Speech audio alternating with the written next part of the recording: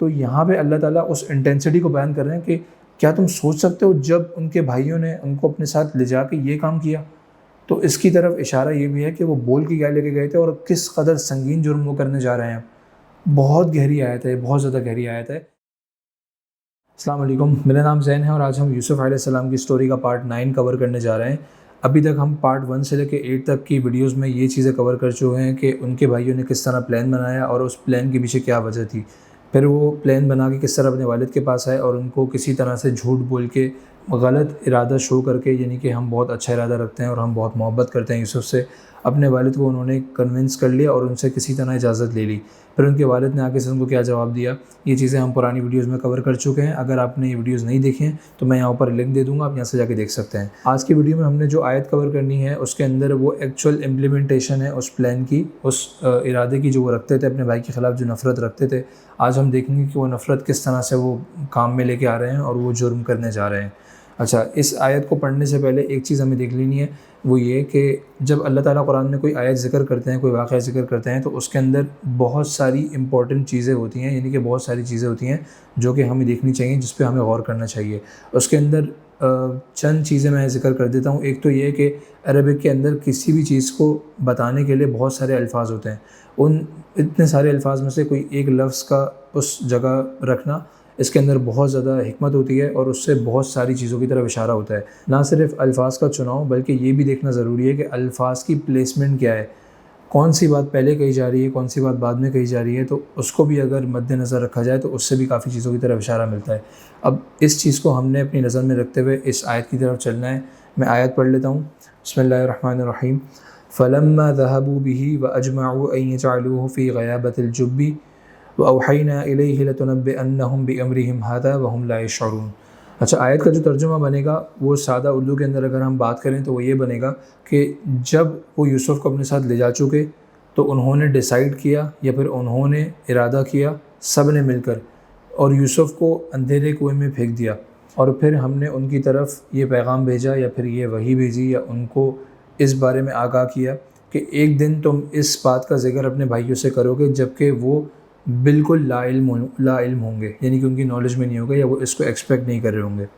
اچھا, یہ نارمل اردو کا ترجمہ بنتا ہے, لیکن اس کے اندر جو آیات کی جو لفظوں کی پلیسمنٹ ہے نا, وہ بہت امپورٹنٹ ہے. اچھا, فلما ذهبوا به, وہ جب اپنے ساتھ یوسف کو لے جا چکے.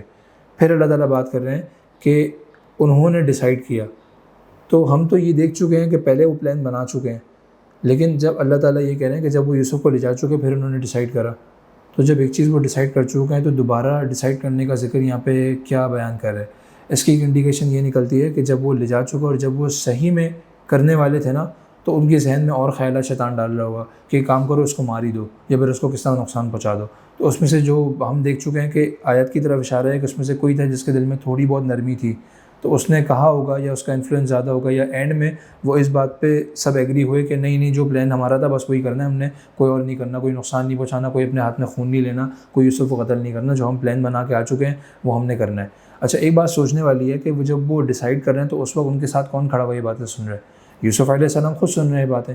تو کیا ان کے دل پہ گزری ہوگی؟ وہ یوں دیکھ رہے ہوں گے کہ شاید پتہ نہیں میں کوئی بھیڑ بکری ہوں یا میں کوئی مرغی ہوں جو اس طرح سے مجھے مارنے کی, کاٹ دو, یہ کر دو, وہ کر دو, اور اس کو نقصان پہنچا دو, کوئی میں پھینک دو, اس طرح کی باتیں کر رہے ہیں. تو کیا ان کے دل پہ گزری ہوگی؟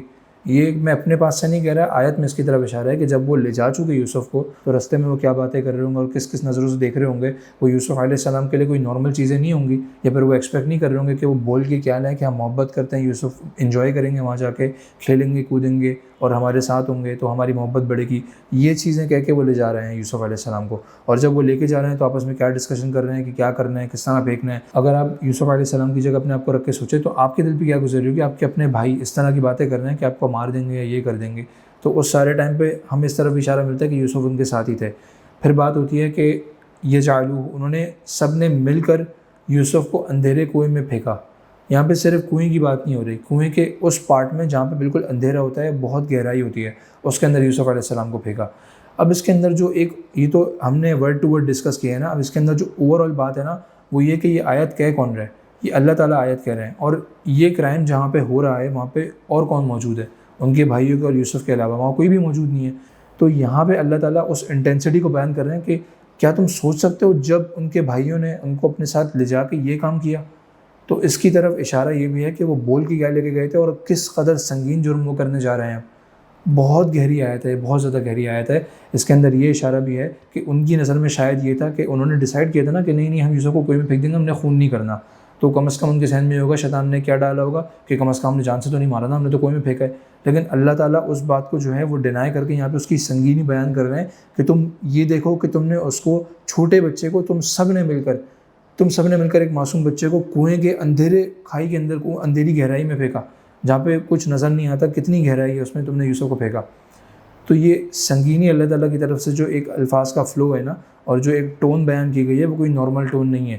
ظاہر ہے جب سارے لوگ مل کے یہ کام کر رہے ہوں گے تو سارے تو یوسف کو پکڑ کے نہیں پھینک رہے ہوں گے. کوئی یہ بھی دیکھ رہا ہوگا، دیکھو کوئی آ تو نہیں رہا، تم ایک کام کرو وہاں چلے جاؤ، وہاں دیکھو کوئی اگر آئے تو ہمیں اشارہ کر دینا، یا پھر اس کو ادھر آنے مت دینا کہ وہ دیکھ نہ لے. یا پھر 2-3 بھائی ہوں گے جو بہت تگڑے ہوں گے، وہ یوسف کو اٹھا کے کسی طرح علیہ السلام کو وہ کنویں میں پھینک رہے ہوں گے.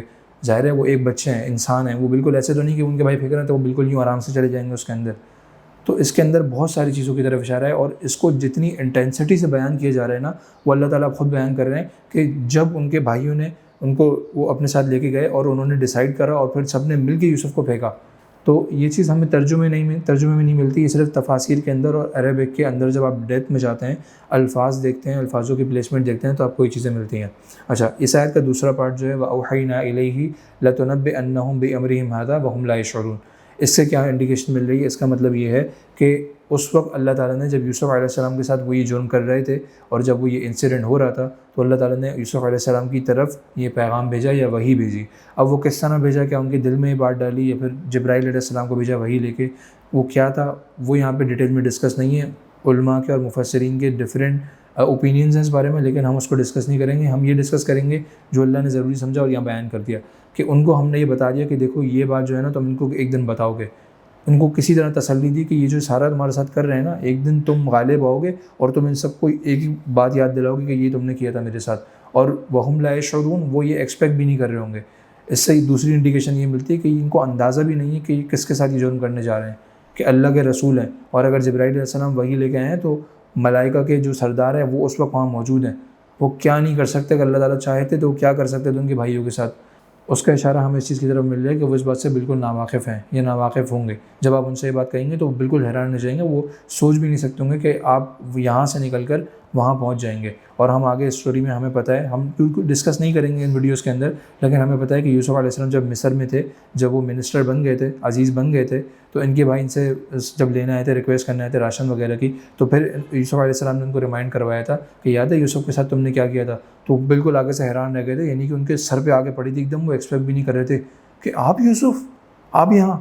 تو یہ ہم نے آگے اسی صورت کے اندر اس کا ذکر ہے، لیکن ہم ویڈیوز میں ڈسکس نہیں کریں گے. اور ایک چیز کی طرف اشارہ یہ ہے کہ دنیا میں جتنے بھی جرم ہو رہے ہیں، جو بند کمروں میں کسی کی آنکھ سے چھپ کے ہو رہے ہیں، لیکن اللہ تعالیٰ اس کے نہ صرف اس کے عالم ہیں، یعنی کہ اس کا علم رکھتے ہیں، بلکہ اس کے اندر جو پوائنٹ ہے نا، اور جتنی سنگینی اس کے اندر اختیار کری جا رہی ہے، اللہ تعالیٰ اس سے واقف ہیں. ایک دن آئے گا کہ جس کے ساتھ ظلم ہو رہا ہے، جو بیچارہ معصوم ہے، جس کے ساتھ یہ جرم کیا گیا ہے، اس کا حساب ہوگا اور اس کو جو ہے بدلہ ملے گا، اس کو انصاف ملے گا. اتنی گہرائی اس آیت کے اندر ہے، لیکن اگر ہم صرف ترجمہ پڑھ کے یا صرف عربی پڑھ کے آگے نکل جائیں تو ہم کبھی بھی اس کی حکمت سے واقف نہیں ہو سکتے کہ اللہ تعالیٰ نے اس کے اندر کس انٹینسٹی سے بیان کیا ہے اور کتنے زیادہ اس کے اندر سنگینی اور کتنی گہرائی ہے اس آیت میں. اب نیکسٹ آیت میں جو چیز آ رہی ہے وہ یہ کہ اللہ تعالیٰ بتا رہے ہیں کہ ان کے بھائی رات کو جب یہ سارے جرم کر چکے تھے، وہ یہ کر کے پھر رات کو اپنے والد کے پاس روتے ہوئے آئے تھے اور ڈرامہ کرتے ہوئے آئے تھے. اب اس کے اندر کتنی گہرائی ہے وہ ہم دیکھیں گے. جتنی گہرائی ہم نے آج دیکھی ہے اس سے کہیں زیادہ اس کے اندر چیزیں ہیں. آج کے لیے اتنا ہی، انشاءاللہ پھر آپ سے نیکسٹ ویڈیو میں ملاقات ہوتی ہے. Stay connected. Thank you so much for watching. اللہ حافظ.